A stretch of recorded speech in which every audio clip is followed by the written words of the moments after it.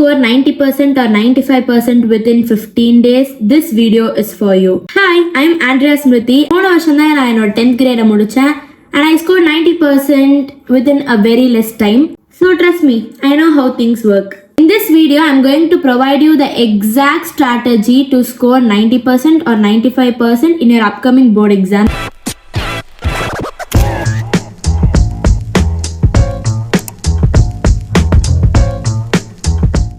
So இப்போ வந்துட்டு ரெண்டு டைப் ஆஃப் ஸ்டூடெண்ட்ஸ் இருப்பீங்க கரெக்டா?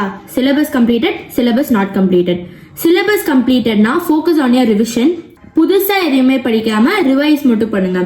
சிலபஸ் நாட் கம்ப்ளீட்டட் அப்படின்னா focus on completing your syllabus, revision அப்புறம் பிஒய்க்யூஸ் அதெல்லாம் லேட்டராக கூட பண்ணிக்கலாம். அண்ட் நவ் இப்போ நான் உங்களுக்கு வந்துட்டு சப்ஜெக்ட் வைஸ் ஸ்ட்ராட்டஜி சொல்ல போகிறேன். உங்களோட ஃபர்ஸ்ட் எக்ஸாமே maths. Very sad bro. Okay, it's okay. So basically first your topmost priority should be solving NCERT with examples.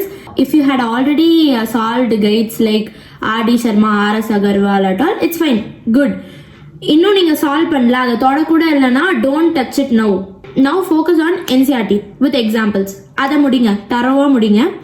And then if you have time, go through the PYQs. 50% இல்லை 70% of the paper வந்துட்டு என்சிஆர்டிலேருந்து மட்டும்தான் வரும். இன்னும் கொஞ்சம் வந்துட்டு பிஒய்க்யூஸ்லேருந்து வரும், அவ்வளோதான். So இதை ரெண்டும் மட்டும் பக்காவாக போட்டிங்கனாலே மேத்ஸ் வாங்கிடலாம். நான் வந்துட்டு மற்ற சப்ஜெக்டில் கூட டாப்பர்னு சொல்லிக்கலாம் சரியா. ஆனால் மேத்ஸில் நான் வந்துட்டு 10th கேவலமாக படித்தேன்.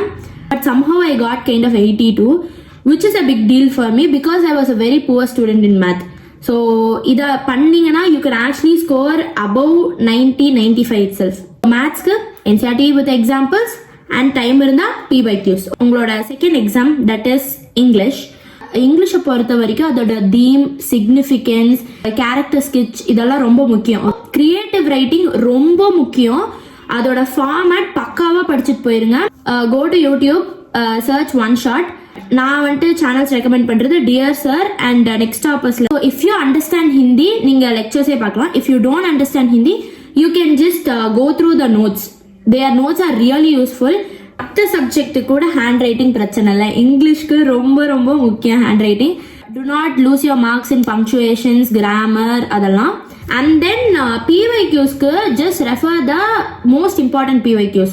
ஏதாவது டாப்பரோட அந்த ஆன்சர் ஷீட் நிறைய வெப்சைட்ல அப்லோட் பண்ணியிருப்பாங்க. just go and check how they wrote it so that you will get an idea. செஞ்சு சாம்பிள் பேப்பர் போடுங்க, அட்லீஸ்ட் 2 போடுங்க, கேப் டேஸ்ல போடுங்க, இனஃப். அது போட்டிங்கனாலே பக்காவா வாங்கிடலாம்.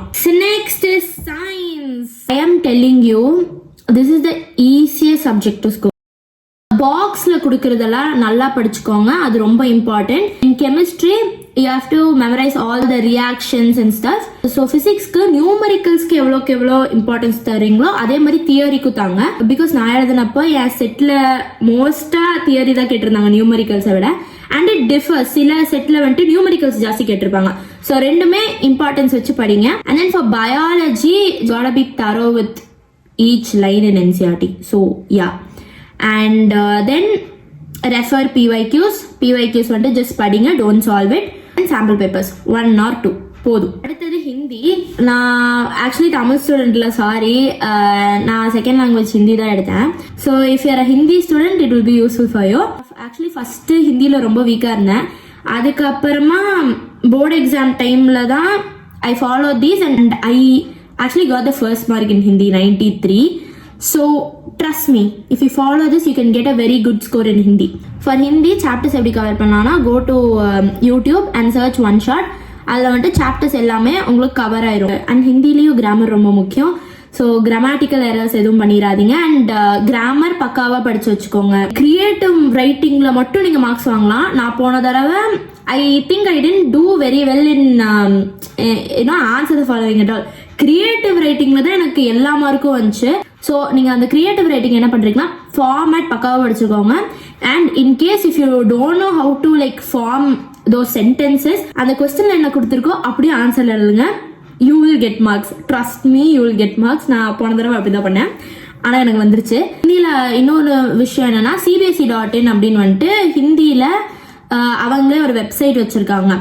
ஸோ பேசிக்கலி சிபிஎஸ்சியே உங்களுக்கு வந்துட்டு சாம்பிள் பேப்பர்ஸ் அந்த மாதிரி எல்லாம் ப்ரொவைட் பண்ணும். ஓகேவா? This goes for every subject by the way. ஹிந்தியில் வந்துட்டு நீங்கள் அப்படி பண்ணீங்கன்னா ஒரு 20 sample papers, more than 20 I guess, நிறைய சாம்பிள் பேப்பர்ஸ் இருக்கும். ஸோ அதை நீங்கள் ரெஃபர் பண்ணி நீங்கள் ஜஸ்ட் பாருங்க எப்படி கொஸ்டின்ஸ் கேட்டிருக்காங்கன்னு. And if you do this itself you can score marks. And இன்னொரு வெரி முக்கியமான விஷயம் என்னன்னா, ஹிந்தியில் பார்த்தீங்கன்னா எழுதும் போது டைம் ரொம்ப கம்மியாக இருக்கும். பட் நான் எழுதும் போது பார்த்தீங்கன்னா டைமே பத்தல யாருக்கும் எழுத. லிட்டரலி நிறைய பேர் விட்டுட்டாங்க வேற. The thing is don't do that mistake. Time management பக்காவாக பண்ணுங்க. இந்த செக்ஷனுக்கு இவ்வளோ டைம் அப்படின்னு ஒதுக்கி வச்சுக்கோங்க. Especially for Hindi. மற்ற சப்ஜெக்ட் கூட நீங்கள் மேனேஜ் பண்ணிக்கலாம், பட் ஹிந்திக்கு it is questionable. Next is social, my favourite subject by the way. சோஷியலில் போன தடவை எனக்கு மார்க் போனது எம்சிக்யூவில். எல்லாமே ஆன்சர் த ஃபாலோவிங்ல எல்லாம் கரெக்டு. ஸோ எம்சிக்யூஸில் வந்துட்டு நிறைய கான்சென்ட்ரேட் பண்ணுங்க. லைன் பை லைன் படிங்க. ஒரு சாப்டர்னு பார்த்தீங்கன்னா ஒரு பேசேஜும் ஒரு ஆன்சர் மாதிரி நீ ஃப்ரேம் பண்ணி நீங்கள் படிச்சீங்கன்னா அது புரியும் செம்மையா. நான் ரெஃபர் பண்ணது Digraj Singh Rajput. If you can understand Hindi you can go through his notes. It's really useful. And map ரொம்ப முக்கியம் ப்ரோ. மேப்போட அந்த பிளேஸு, அப்புறம் அந்த லொக்கேஷன் எல்லாமே உங்களுக்கு தெரிஞ்சிருக்கணும். 4 புக்கு படிக்கிறதே பெரிய விஷயம். இதுக்கப்புறமும் உங்களுக்கு டைம் இருந்துச்சுன்னா பிவைக்யூஸ் ஜஸ்ட் பாருங்க, ரெஃபர் பண்ணுங்க, போதும். அண்ட் பை த வே, நான் சொன்ன எல்லா சப்ஜெக்ட்டுக்குமே டாப்பர் ஆன்சர் ஷீட்டோட வெப்சைட்ல இருக்கும். ஸோ அதை நீங்க ரெஃபர் பண்ணீங்கன்னா இட் வில் பி யூஸ்ஃபுல். எப்படி ஆன்சர் எழுதுறது அப்படின்னு உங்களுக்கு ஒரு கிளாரிட்டி கிடைக்கும். And the final reassurance that you guys need. I know you guys will be panicking. இப்போ செம்ம ப்ரெஷரா இருக்கும், செம்ம ஸ்ட்ரெஸ்ஸா இருக்கும். I get it because it's your first board exam. But to be honest 10th marks doesn't matter. ஓகேவா? But it does matter. நான் என்னன்னு சொல்றேன் கேளுங்களேன். இதுக்கப்புறம் கொஞ்ச வருஷம் கழிச்சு 10th மார்க் யாருமே உங்ககிட்ட கேட்க போறது இல்லை. But that moment you open the website and 90% or 95% comes in your screen, then like அந்த ஃபீலிங் வந்துட்டு எதாலையும் தர முடியாது. So I want you guys to get that feeling and it's the best feeling in the world.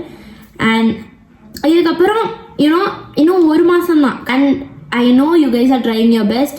And stress எடுத்துக்காதீங்க, நல்லா சாப்பிடுங்க, நல்லா rest எடுங்க. But also study, try your best, போதும். And in the end marks doesn't matter but efforts two.